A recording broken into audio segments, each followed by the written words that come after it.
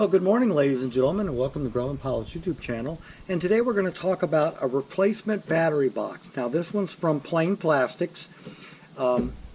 It's an approved for our airplane. They are available. You can also call Fletch Air for a used one. But we want to talk about what do you do to take a new one of these and get it ready for your airplane. Well, there's two things you need to do.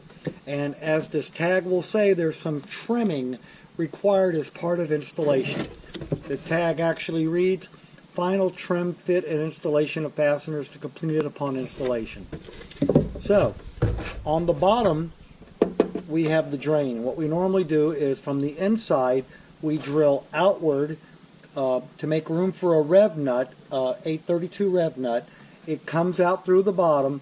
You won't be able to get a tool on it and tighten it, but then once you have it outside, you put it in a bed in this little divot of some black RTV, clear RTV, it doesn't matter, to make a little well so that here in the bottom of your battery box, any fluid that your battery leaks will drain out the tube that will affix to the bottom where the rib nut sticks out.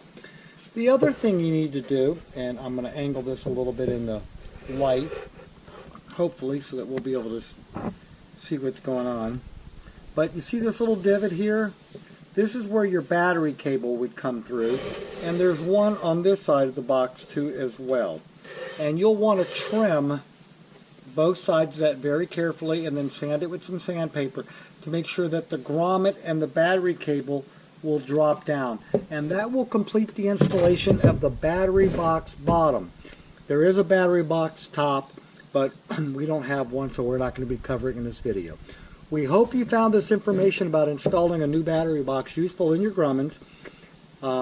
Thanks for watching, and have a good day flying your Grumman.